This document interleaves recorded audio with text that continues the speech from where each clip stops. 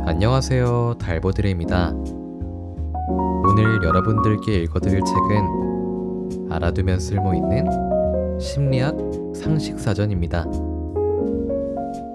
이 책은 엄선된 50가지의 심리학 개념들을 설명해주는 책으로 심리학이라는 걸 공부하고 싶지만 어떻게 시작해야 될지 모르는 시청자분들에게 좋은 입문서가 될 것이고, 심리학에 대해 아시는 분들도 이 영상을 시청하시면서 다시 한번 되짚어보는 시간이 될 것 같습니다. 이제 한번 시작해 보도록 할까요? 구독과 좋아요 부탁드리고요. 여러분들의 댓글과 관심은 큰 힘이 됩니다. 그러면 시작해 보도록 할게요.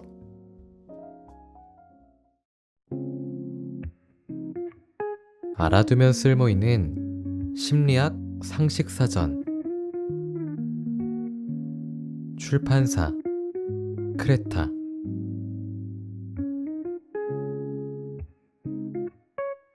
들어가며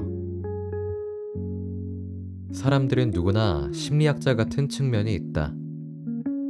우리는 다른 사람의 의도를 파악할 때 주변 사람을 지켜보고 관찰한 내용을 활용한다. 그리고 과거에서 수집한 증거를 사용해 앞으로 어떤 행동을 할지 판단한다. 이것이 바로 심리학의 본질이다.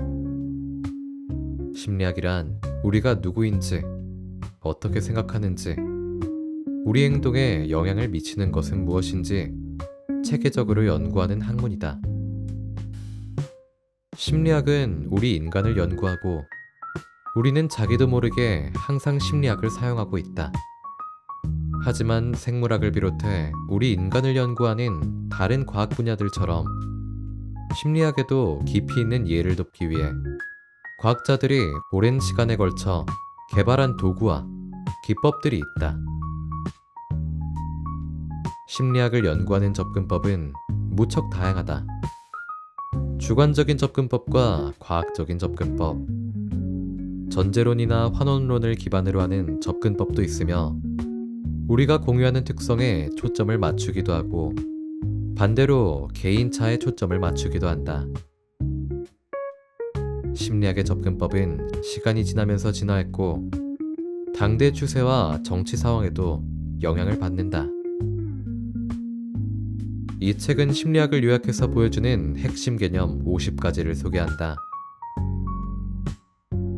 심리학이라는 광범위한 연구 분야의 개요를 파악할 수 있도록 최대한 많은 철학과 연구 방법 및 접근법을 다룬다. 사람들이 언제부터 생각에 관하여 생각하기 시작했는지 꼭 집어서 말하기는 어려울 것이다. 19세기 중반까지 정신철학이라고 알려져 있던 심리학은 인류 역사에서 다양한 형태로 나타났다. 플라톤과 아리스토텔레스 같은 고대 그리스 철학자들은 기원전 5세기에 이미 마음에 관한 이론을 세웠고, 마음이나 영혼이 육체와 분리된 개별적인 실체라고 믿었다.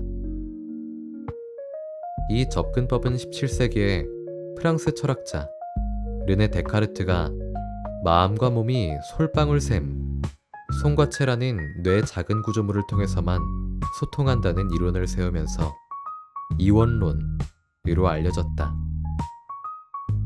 이후 계속해서 이원론이 대세를 이루었으나 영국 철학자 토머스 홉스와 존 로크가 우리의 정신 경험은 사실 뇌 안에서 일어나는 물리적 과정이라고 주장하고 나섰다. 이 접근법은 이원론으로 알려지게 되었다. 하지만 현재 우리가 생각하는 심리학은 이처럼 마음에 철학적으로 접근하는 방법이 아니다. 19세기에 들어서면서 심리학도 과학적이고 객관적인 방식으로 연구하기 시작했으며, 현대 심리학은 마음을 육체의 부산물이라고 보는 기계론적 접근법을 더 많이 사용한다. 이 단계에 도달하기 위해 극복해야 했던 큰 장애물 중 하나는 바로 우리가 보거나 직접 관찰할 수 없는 대상인 마음을 연구하고 이를 육체와 연결하는 법을 알아내는 것이었다. 이 간극을 메우는 데 기여한 것이 19세기 생리학자 비렐름 분트가 제시한 내성법이다. 그러므로 우리도 여기에서부터 시작해보자.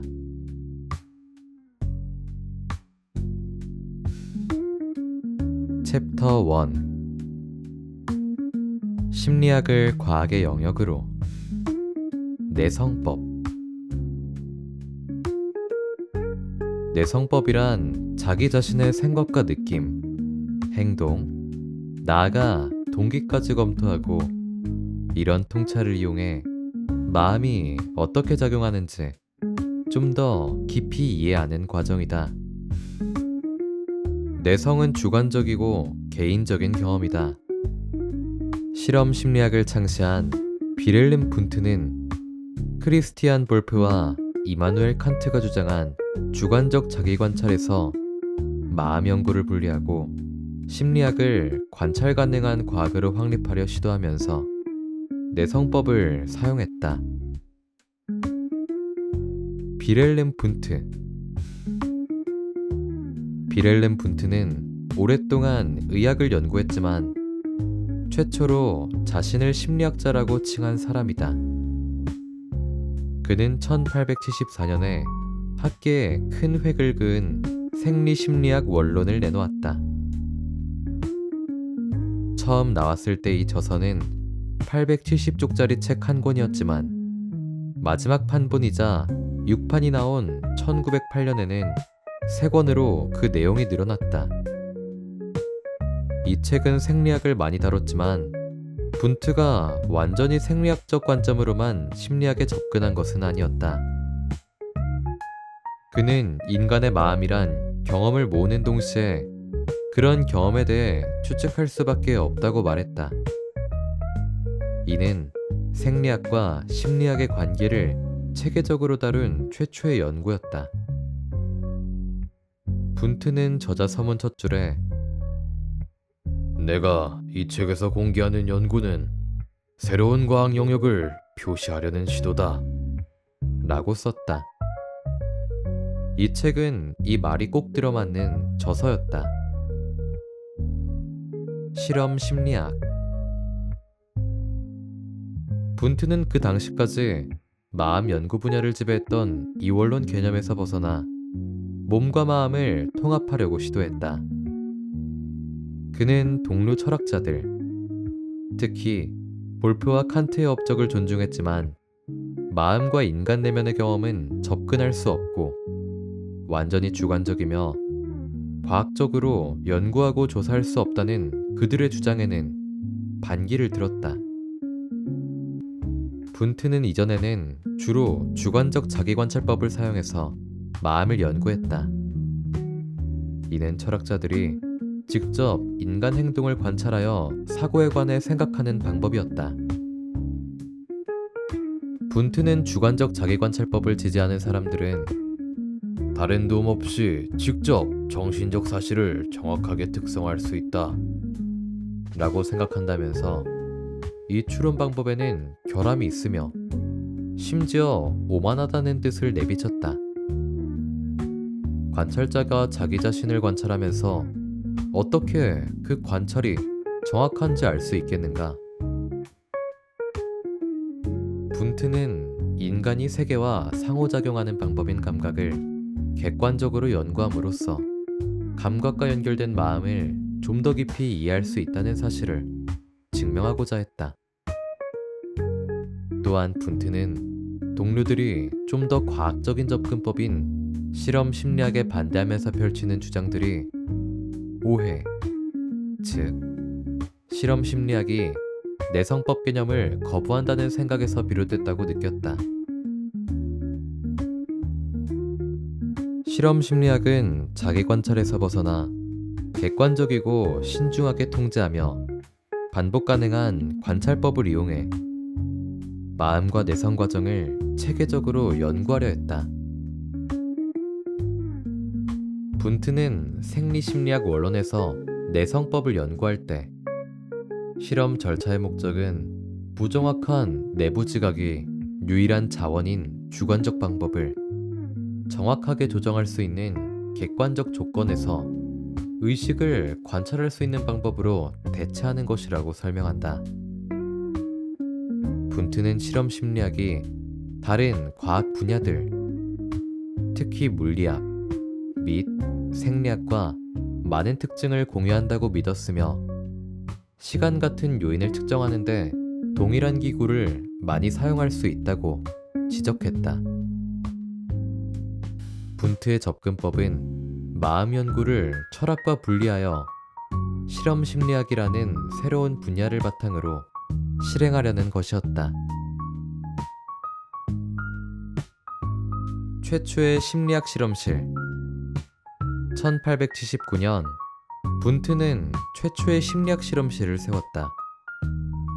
독일 라이프치히 대학교에 세워진 이 실험실은 실험 심리학 연구소라고 불렸다. 이 실험실에서 분트는 심리학을 다른 자연과학과 똑같이 연구하고자 했다. 그는 훈련과 실습을 거친 관찰자들을 기용했고 학생들에게 매번 똑같은 경험을 만들어낼 수 있도록 신중하게 절차를 통제에 적용할 것을 권장했다. 이는 관찰을 반복하고 비교할 수 있다는 뜻이었고, 따라서 심리학은 주관적 철학에서 한 걸음 벗어나기 시작했다. 분트는 외부 자극을 이용해 의식을 수정할 수 있다고 주장했고, 외부로부터의 수정이라고 불렀다. 이에 따르면 정신과정을 임의로 정한 조건하에 둘 수 있고, 이 조건을 완전히 통제할 수 있으며 원하는 대로 일정하게 유지하거나 변경할 수 있다. 예를 들어 단순한 소리나 섬광 같은 조건이 이에 속한다. 다음에는 내성법 과정으로 그 자극에 대한 반응을 체계적으로 연구할 수 있다. 분트는 심리학에 체계적 기법을 적용해서 다른 자연과학과 똑같이 엄격하고 과학적인 방법으로 연구하려 했다. 예를 들어 실험 심리학 연구소에서는 연구원들이 실험 참가자들에게 똑딱거리는 메트로놈 소리를 들려주거나 섬광을 비춘 다음 어떤 감각이 느껴지는지 보고하도록 했다. 연구원들은 결과에 아무런 영향을 미치지 않도록 별도의 방에서 관찰했다. 초기에는 공간과 시간에 대한 단순 감각과 지각의 관계를 연구했지만 나중에는 주의, 기억, 느낌처럼 좀 더 복잡한 개념을 조사하기 시작했다. 실험 심리학 연구소에서 첫 번째로 완료한 조사는 막스 프리드리히 박사가 실시한 단순 및 복합 감각과 관련된 통각작용의 지속시간에 관하여 라는 제목의 연구였다. 이는 특정한 심리과정이 발생하는데 걸리는 시간을 측정한 여러 조사 중 하나였다. 반응 시간이나 기억 회상이 이런 심리과정에 속하며 반응 속도를 1000분의 1초까지 측정할 수 있는 크로노프 코프라는 장비를 사용해 실험하면서 정확하게 쟀다. 분트는 정확성에 집착하면서 과학적이고 체계적인 심리학 연구를 확립하기 위해 노력했지만 한계도 있었다. 그는 마음을 포괄적으로 연구하려면 다른 기법들이 필요하다고 인정했다. 또한 심리학이 진화하는 학문임을 인식하고 이를 첫째 저서에서 이 책이 그렇듯이 첫 번째 시도에는 많은 결함이 따르기 마련이다. 하지만 결함이 많을수록 더 효율적으로 개선해 나갈 수 있을 것이다. 라는 말로 유려하고 겸손하게 전달했다. 비록 한계는 있었지만 분트의 연구는 지속적으로 심리학에 공헌했으므로 많은 사람이 그를 심리학을 독자적인 학문으로 확립한 심리학의 아버지로 여기고 있다.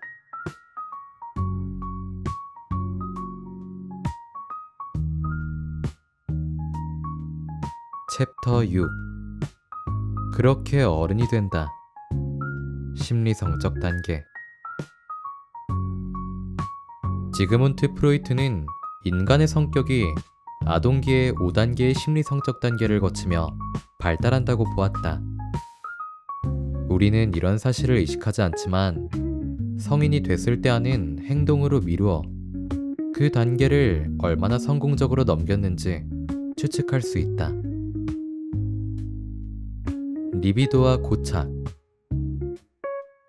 각 단계에서 리비도, 즉 쾌락 추구는 신체의 여러 부위로 표현된다. 다음 단계로 성공적으로 나아가려면 반드시 리비도를 충족해야 하고, 이 과정에서 부모가 자녀를 뒷받침하는데 큰 역할을 한다. 프로이트는 이러한 단계를 수월하게 통과하여 잘 적응하는 성인은 리비도와 프시케 사이에서 발생하는 갈등을 해소할 것이라고 생각했다. 하지만 리비도를 만족시키지 못해 해당 단계를 통과하기 어려울수록 그 단계는 성인기 행동에 더 많은 영향을 미치게 된다. 각 단계에서 리비도에 대한 자극이 지나치거나 부족하면 고착이 일어나 이후 불건전한 행동을 유발할 수 있다. 예를 들어 아기가 처음으로 거치는 단계는 구강기이다.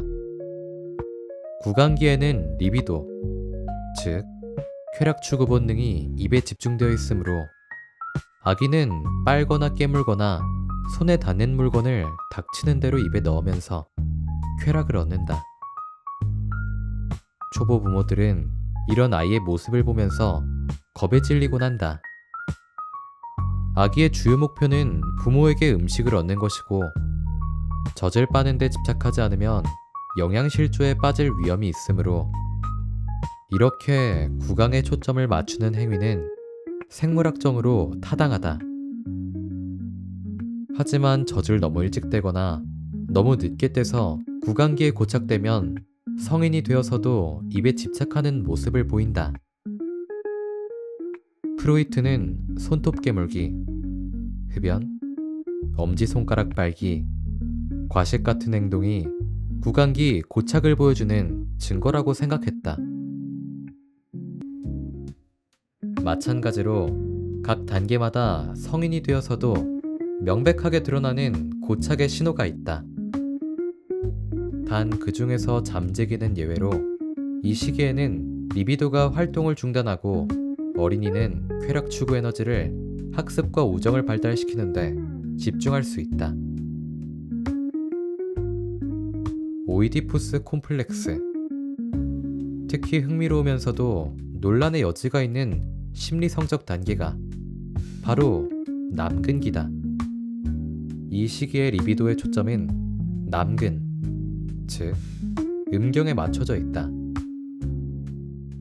이 단계에서 아이들은 남자와 여자의 신체가 어떻게 다른지 알아차리기 시작하고, 남자아이는 프로이트가 신화에 등장하는 그리스 왕의 이름을 따서 오이디푸스 콤플렉스라고 명명한 상태를 경험한다고 한다.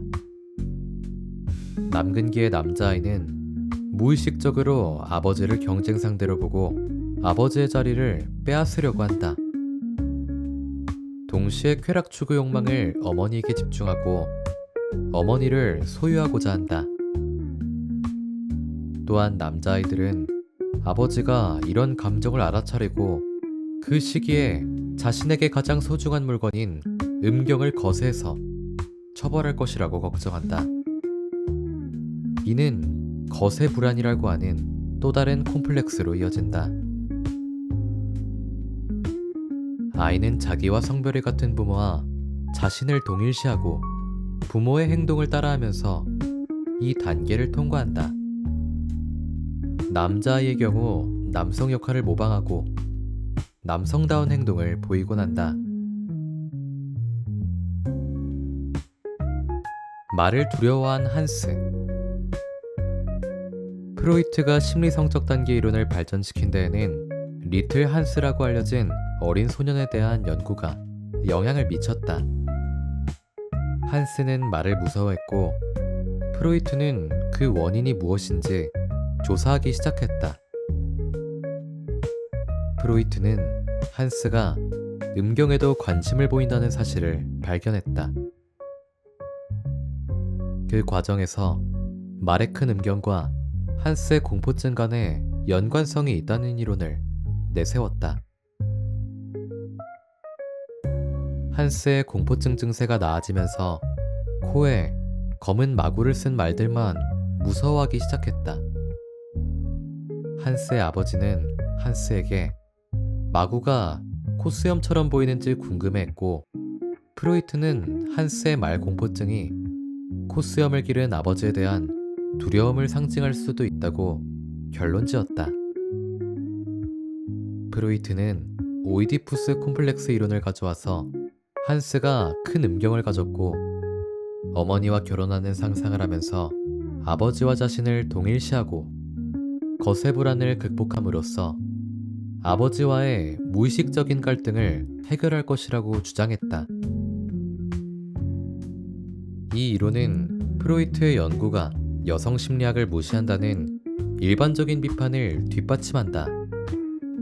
1963년에 카를 융은 엘렉트라 콤플렉스를 넣어서 프로이트의 이론을 확장했다. 융은 남근기에 여자아이는 자신에게 음경이 없다는 점이 남자아이와 신체적으로 다르고 어머니에게도 음경이 없다는 사실을 알아차린다고 주장했다. 여자아이는 남자아이와 달리 거세 불안을 겪지는 않지만 대신에 어머니가 이미 자기를 거세했다는 결론에 이른다. 여자아이는 샘을 내고 남근 선망을 느끼면서 아버지에게 성적 매력을 느끼고 어머니에게 적대심을 느낀다. 일단 여자아이가 엘렉트라 콤플렉스를 성공적으로 해결하면 분노를 억압하고 음경 없이 살아가게 된다는 사실을 받아들이며 자신을 어머니와 동일시하면서 음경을 갖고 싶다는 소망을 아기를 갖고 싶다는 소망으로 대체한다. 융은 이 이론을 펼치면서 균형을 바로잡고 여성의 성적 발달에 대한 설명을 넣으려 했지만 남성 성기를 질투하는 존재로 여성을 정의했고 심리적 발달을 남성 중심 관점에서 전파했다고 비판받는다. 물론 심리 성적 단계 개념에 대한 비판은 그뿐이 아니다. 프로이트의 이론은 무의식 속에서 일어나는 과정을 다루며 이는 당사자조차 접근할 수 없는 영역이므로 검사하기가 어렵다. 하지만 이런 단점이 있다고 해도 심리학의 역사와 마음에 대한 이해에서 그의 이론은 커다란 역할을 했으며 그 가치는 여전히 매우 크다.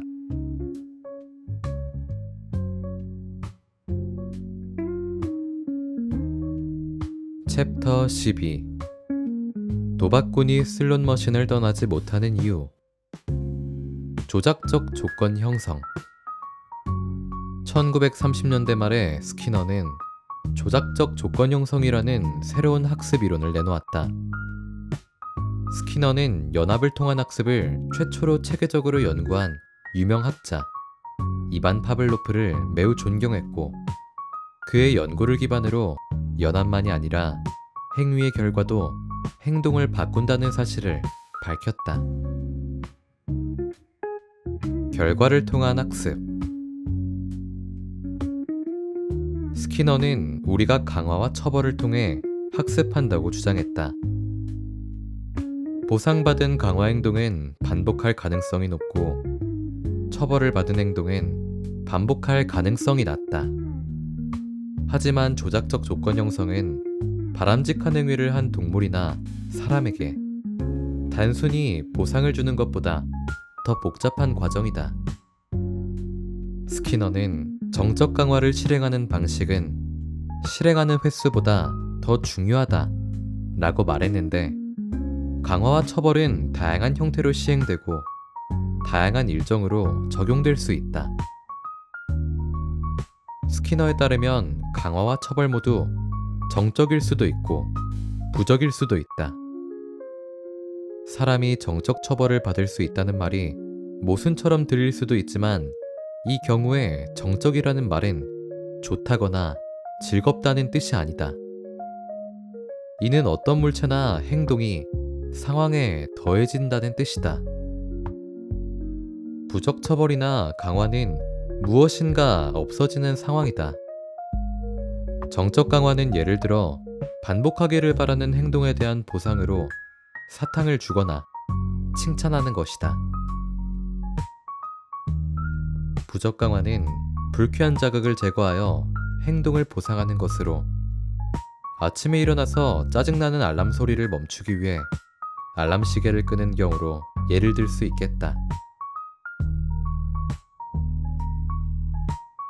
스키너는 강화를 예측할 수 없는 변동 비율 계획에서 소거 현상이 가장 늦게 일어난다는 사실을 발견했다.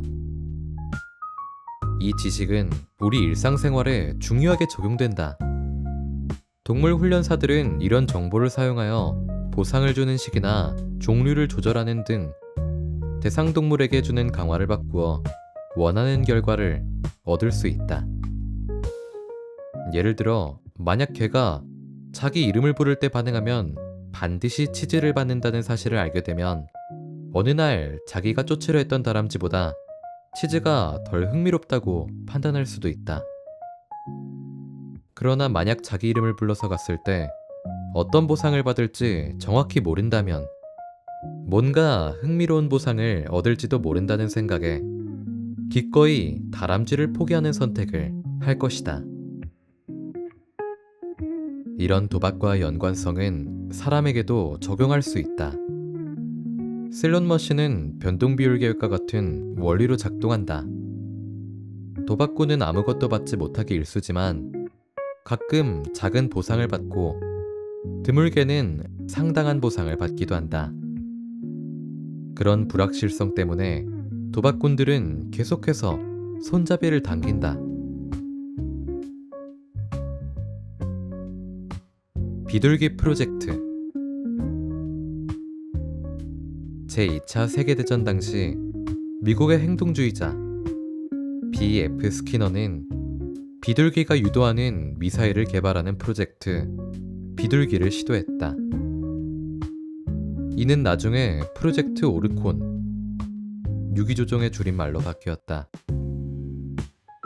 이 프로젝트에서는 비둘기를 스크린 앞에 세워놓고 목표물을 쏘도록 가르쳤고 비둘기는 목표를 쏠 때마다 씨앗을 받았다.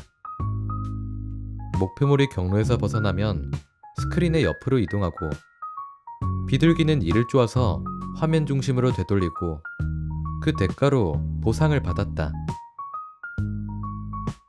이 프로젝트의 의도는 미사일이 목표물을 향하도록 유지해서 격추를 성공시키는 것이었다. 하지만 더욱 정교해진 전자유도 시스템을 선호하게 되면서 이 프로젝트는 중단됐다.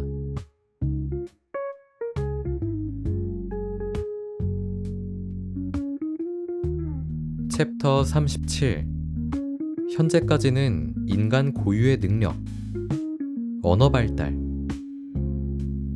언어는 사람의 마음을 들여다보는 창이다.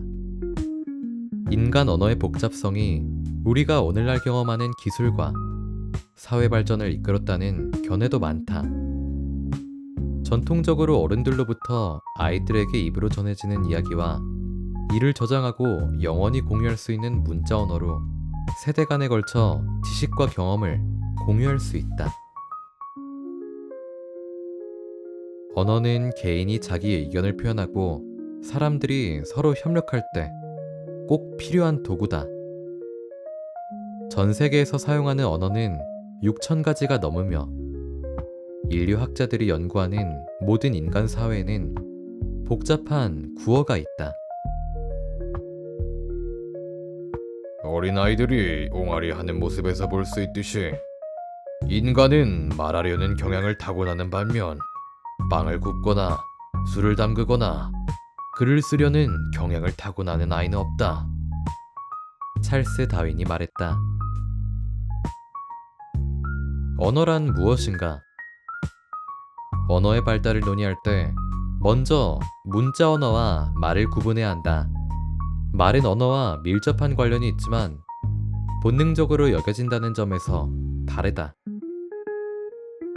실제로 말로 하는 의사소통은 모든 문화권에 걸쳐 복잡하게 발달했지만 문자 언어는 약 5천년 전부터 몇몇 곳에서만 생겨났다.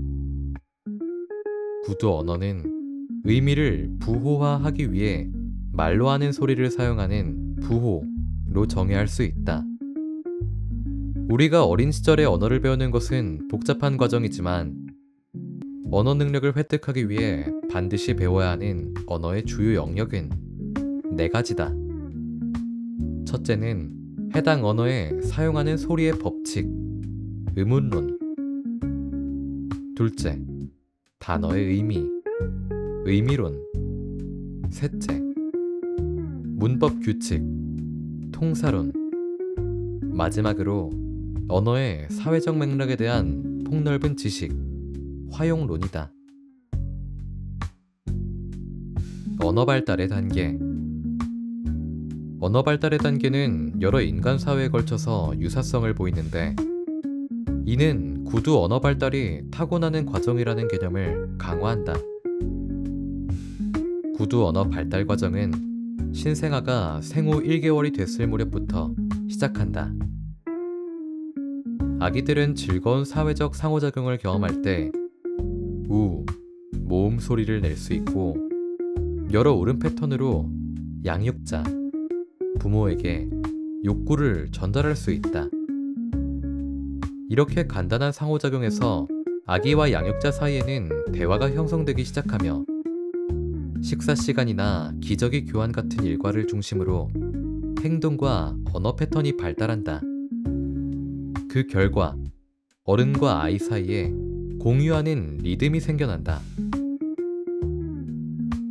또한 이런 상호작용은 부모와 아이가 서로의 얼굴 표정과 시선에 세심한 주의를 기울일 때에도 일어난다. 이런 과정을 반복하면서 공유 언어에 대한 이해가 쌓이기 시작하고 부모와 자녀는 함께 이 과정을 만들어간다. 생후 6개월에서 9개월부터는 다다다다다나 멈멈멈멈처럼 소리를 빈번하게 반복하는 반향 언어가 나타난다. 이 무렵 아기는 모음과 자음을 좀 더 복잡하게 조합한 음을 사용하기 시작한다. 생후 12개월 무렵이 되면 처음으로 몇 가지 단어를 말하는데 잘못 사용하기도 한다. 아기의 어휘력이 발달하는 데에는 3에서 4개월이 더 걸릴 수 있고 일반적으로 생후 18개월에는 20단어 정도였다가 21개월이 되면 200단어 정도로 급격히 증가한다. 생후 24개월에서 27개월이 되면 대부분의 아이들이 서너 단어를 이어서 말할 수 있고 통사론의 문법 규칙도 어느 정도 이해한다. 점차 전치사와 불규칙 동사를 사용하기 시작하고 질문할 때 문장의 순서를 바꾸기 시작한다. 예를 들어 그 아이는 Maya and Lisa are swimming 같은 평서문의 순서를 바꾸어 Are Maya and Lisa swimming? 으로 만들 수 있다. 3세에서 5세 무렵이 되면 아이는 복잡한 언어를 사용하기에 충분할 만큼 많은 어휘를 습득하고 문법 규칙도 적용한다. 아이는 모국어를 배우면서 제2언어, 나아가 제3언어까지도 동시에 익힐 수 있다. 사실 뇌가 수용할 수 있는 언어의 수에는 한계가 없는 듯하며 특히 언어 학습에 우선순위를 두는 초기 형성기에는 더욱 그렇다. 하지만 언어 발달 능력이 최고에 달하는 결정적 시기는 어린 시절이며 나이가 들수록 새로운 언어를 습득하는 능력은 줄어든다. 언어와 뇌.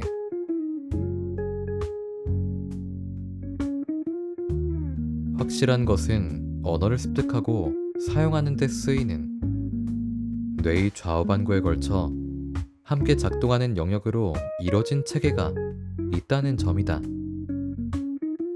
이 기제 중심에는 좌반구와 관련된 언어 담당 영역인 베르니케 영역과 브로카 영역이 있다. 베르니케 영역은 1874년 독일의 신경학자 카를 베르니케가 처음으로 설명했다. 베르니케는 남들이 하는 말을 이해하지 못하는 환자들을 연구했다. 그들은 말을 하는 신체적 능력에는 문제가 없었지만 그들이 하는 말에는 의미가 없었다. 사망한 환자들의 뇌를 검사한 베르니케는 관자엽, 마루엽, 뒤통수엽 사이에 있는 영역에서 병변을 발견했다. 현재 이 영역을 가리켜 베르니케 영역이라고 하며, 이 부분은 언어의 이해, 감각정보 통합, 청각 및 시각 기억에 대한 접근 조정과 관련이 있다. 1861년 프랑스 외과의사 폴 브로크가 발견한 브로카 영역은 말의 생성과 연관이 있다. 또 말을 하는 동안 호흡 패턴을 조절한다. 브로카 영역은 호흡에 사용하는 근육인 후두와 인두를 비롯해 뺨과 입술, 턱, 혀 같은 구강 운동기관의 근육을 조정하는 역할도 한다.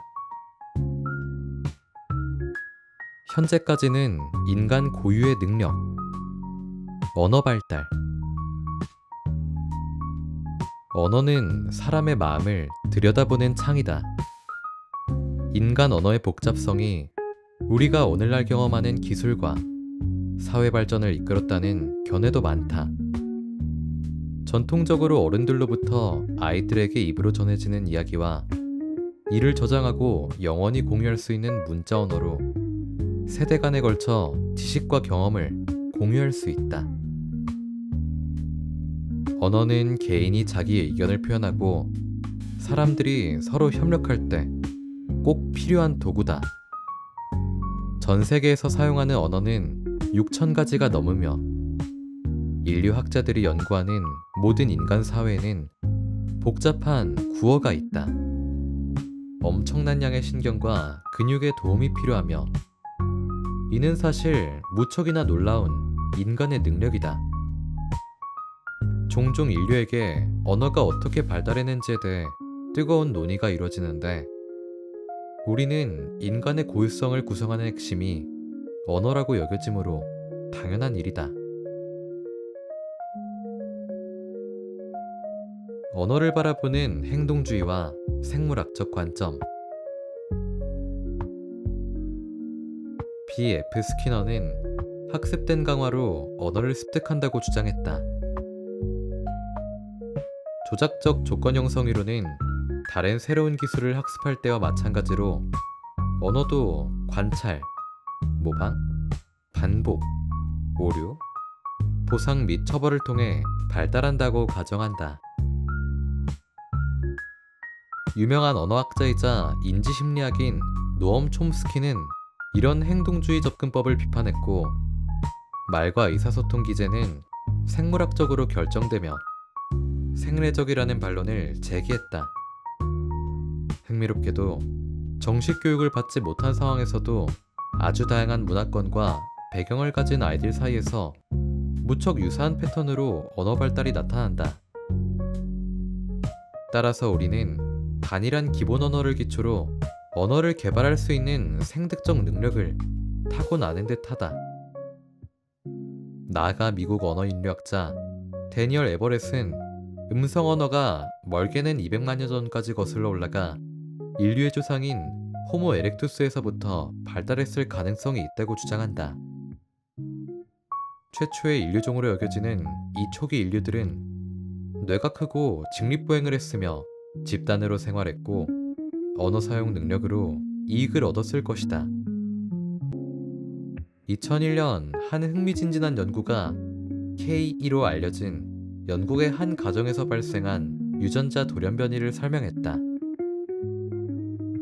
이 가족 구성원들은 약 절반이 언어에 심각한 어려움을 겪고 있었는데, 이는 FOXP2라는 유전자 돌연변이와 관련이 있었다. 폭스P2는 말을 습득하는 능력과 관련이 있다고 생각하는 유전 부호다. Ke 가족 중 의사소통에 어려움을 겪는 사람은 이 유전자에 결함이 있었다.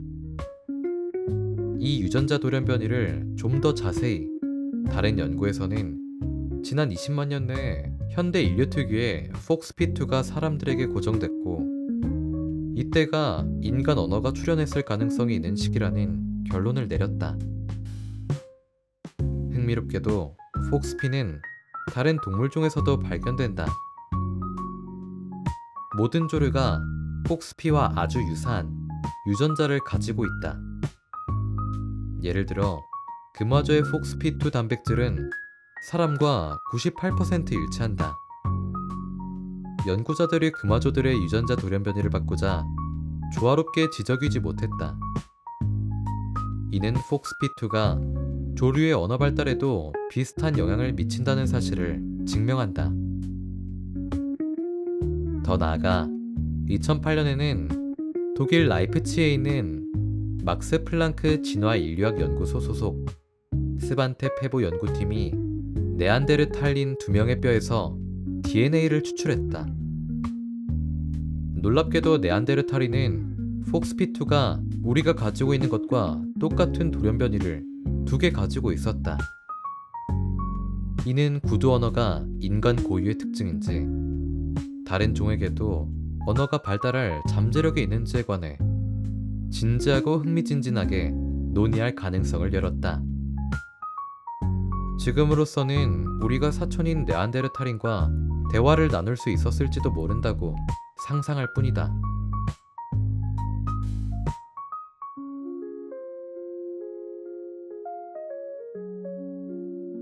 챕터 49 심리학은 과학인가 아닌가? 과학으로서의 심리학. 분투와 그의 동료들이 심리학을 실험에 기반을 둔 객관적인 과학으로 확립하고자 초기부터 노력했지만 지금도 여전히 심리학은 진짜 과학이 아니라는 비난을 종종 받는다. 심리학은 본질적으로 행복과 같은 추상적 개념을 연구하기 때문에 조심스럽게 변수를 통제하고 조작할 수 있다. 따라서 결과를 정확하게 측정할 수 있는 물리학 같은 전통과학처럼 신중하게 통제된 엄격함을 추구하기에는 적합하지 않다는 점에서 이는 합리적인 의견일 수도 있다. 롬브로스와 범죄자의 원시적 특징. 잡지 빅싱크 편집장이자 쓰레기과학 감별사 알렉스 베레조 박사는 심리학은 과학적 정당성을 확보하기 위해 갖춰야 할 기본 요건 5가지를 충족하지 못하는 경우가 너무 많아서 과학으로 간주할 수 없다고 주장한다. 베레조는 과학 분야라면 1번 명확하게 정의된 용어, 2번 수량화할 수 있는 측정법, 3번 고도로 통제된 실험 조건, 4번 재현 가능성, 5번 예측 가능성을 갖춰야 한다고 말한다. 하지만 이런 요건은 지나치게 엄격하고 과학적으로 여겨지는 다른 학문들도 이를 충족하지 못한다고 주장하는 사람도 있다. 또한 사실 과학을 정의하는데 이런 모든 요건이 필요하지는 않다고 주장하는 이도 있다. 예를 들어 물리학자 데이비드 도이치는 훌륭한 과학이론은 미래 결과를 예측하는 데 사용할 수 있어야 한다는 예측 가능성이라는 개념이 과학을 평가하는데 적합한 척도가 아니라고 주장한다. 마술사가 하는 공연을 여러 차례 보면 그가 뭘 할지 예측할 수 있지만 그렇다고 그 마술의 트릭을 이해하는 것은 아니라는 것이다. 그리고 도이치는 이해가 더 중요하다고 주장한다. 무엇이 과학이고 무엇이 과학이 아닌지를 어떻게 규정하든 심리학에서 사용하는 여러 접근법은 일반적으로 효과가 뛰어나다고 판단된 과학적 방법을 적용할 수 있다. 결과적으로 심리학 전체가 과학의 자격을 갖췄다고 판단하기보다는 심리학의 무수하고 다양한 연구들이 과학적 방법을 사용한다는 측면에서 과학의 스펙트럼 안에 있다고 봐야 할 것이다. 반복 가능성과 객관적 측정. 과학적 접근법의 한 요소는 신뢰도를 확인하기 위해 여러 차례 검사가 가능하도록 측정할 수 있고 반복할 수 있는 결과를 내놓는 연구를 수행하는 것이다. 이때 결과는 해당 연구자의 주관적 편향이 반영되지 않은 객관적인 결과여야 한다. 예를 들어 정신역동이론 같은 접근법에서 심리성적 단계나 무의식적 욕망 같은 개념은 구체적인 방식으로 측정할 수 없다. 이런 개념들은 과학적이고 경험적으로 검증할 수 있는 아이디어라고 할 수 없으며 이를 제시한 사람의 주관적 의견이 담겨 있다. 하지만 행동심리학 연구들은 실제로 반복하고 신뢰할 수 있다고 증명된 측정할 수 있는 데이터를 형성한다. 예를 들어 스키너는 조작적 조건 형성 실험에서 매우 구체적인 통제 조건을 사용했으며 절차와 결과를 모두 자세하게 기록했다. 이런 결과에는 주관적 의견이 들어있지 않으며 객관적으로 행동 연구에 과학적인 방법을 적용했다고 볼 수 있다. 과학적 방법 1번 의문을 품는다. 2번 조사한다. 3번 가설을 세운다. 4번 실험으로 검사한다. 5번 결과를 분석한다. 여기서 가설이 참일 시 결과를 보고하고 가설이 거짓일 시 생각해보고 다시 시도한다. 반증 가능성. 객관적 검증이라는 개념은 심리학의 과학이 아니라는 또 다른 비판, 즉 반증 가능성으로 이어진다. 이론을 반증하려면 검증할 수 있어야 한다. 이 점을 설명하는 유명한 예시로 버트런드 러셀의 초콜릿 찻주전자 비유를 들 수 있다. 러셀은 만약 자기가 초콜릿 찻주전자가 태양 주위를 돌고 있는데 너무 작아서 만원경으로 볼 수 없다고 말한다면 자기 말이 거짓임을 증명할 수 없다고 해서 사람들이 자기 말을 믿으리라고 기대하면 안 된다고 주장했다. 입증의 책임은 주장하는 이에게 있다. 하지만 그 주장을 측정할 수 없으므로 참인지 거짓인지 가릴 수 없고 따라서 반증 가능성이 없다.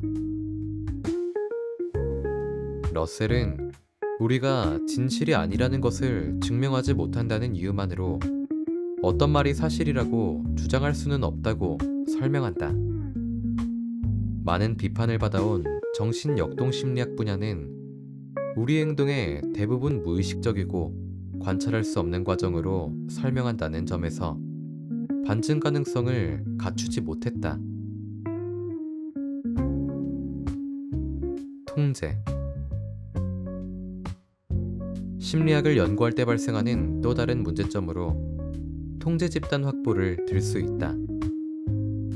다른 변인이 아니라 실험에서 조작한 변인들이 결과에 영향을 미쳤는지 확인하려면 변경해서 그 효과를 측정하려는 변인 하나를 제외한 나머지가 모든 면에서 실험 집단과 동일한 통제 집단이 있어야 한다. 인간처럼 복잡한 피험자를 대상으로 타당한 결과를 제공할 만큼 규모가 크고 비교할 수 없을 만큼 유사한 두 집단을 찾기는 매우 어려운 일이다. 예를 들어 46장에서 소개했던 살인자의 뇌를 조사한 레이는 연구 대상인 범죄자 집단을 범죄자가 아닌 통제 집단과 대응하도록 노력을 기울였다. 연구팀은 예를 들어 성별, 조현병 병력, 나이 등 결과에 영향을 미칠 수 있다고 생각되는 요인들을 고려해 살인자 집단의 대상이 통제 집단의 참여자와 각각 대응하도록 구성했다. 하지만 이런 노력을 기울였더라도 심리학 연구에 참여하여 기꺼이 PET 스캔을 받을 살인자들을 모집하기는 매우 힘들었다는 사실을 감안하면 여전히 레인 연구팀이 합리적으로 설명할 수 없는 수많은 변인들이 있다. 살인자는 저마다 다른 이유로 범행을 저질렀을 것이다. 어떤 사람은 갑자기 공격성이 폭발하여 우발적으로 살인을 저질렀을 것이고, 어떤 사람은 사전에 철저히 계획해서 실행했을 것이다. 이런 상황에서 뇌를 비교한다고 해서 살인자들의 뇌에 타당한 통찰을 얻을 수 있었을까? 또한 통제 집단 중에 아직 잡히지 않았을 뿐인 살인자가 전혀 없다고 확신할 수 있을까? 엉뚱한 주장처럼 들릴 수도 있지만 이는 심리학에서 정말로 비교가 가능한 통제 집단을 찾기가 얼마나 어려운지 잘 보여준다. 엄격한 과학의 모든 특징, PET 스캔을 사용한 객관적 측정, 통제 집단, 절차의 반복 가능성을 갖춘 레인 연구팀의 심리학 연구조차도 좀 더 그 자세히 그 절차를 들여다보면 여전히 과학적 정밀 조사에는 미치지 못한다. 사실 이 연구의 독립변인, 범죄자라는 참가자의 지위는 실험자가 조작한 변인이 아니라 개인이 원래 갖고 있던 조건이라는 점을 고려하면 이는 애초에 실험이 아니라 유사 실험이라고 해야 한다. 따라서 인과관계를 나타내는 결론은 정당하다고 할 수 없다. 그 결과를 바탕으로 살인자가 일반 인구와 다르게 행동하는 뇌를 타고났는지, 아니면 범죄를 저지른 이후에 그 사건 자체 또는 수감 생활로 인해 그들의 뇌가 달라졌는지 알 수 없다. 결론적으로 심리학을 과학으로 간주해야 하는가 하는 질문은 쉽게 대답할 수 없다. 심리학 연구가 과연 쓸모 있는지, 그렇지 않은지, 우리에게 어떤 이익을 가져다 주는지 논의하는 것이 더 생산적일 것이다.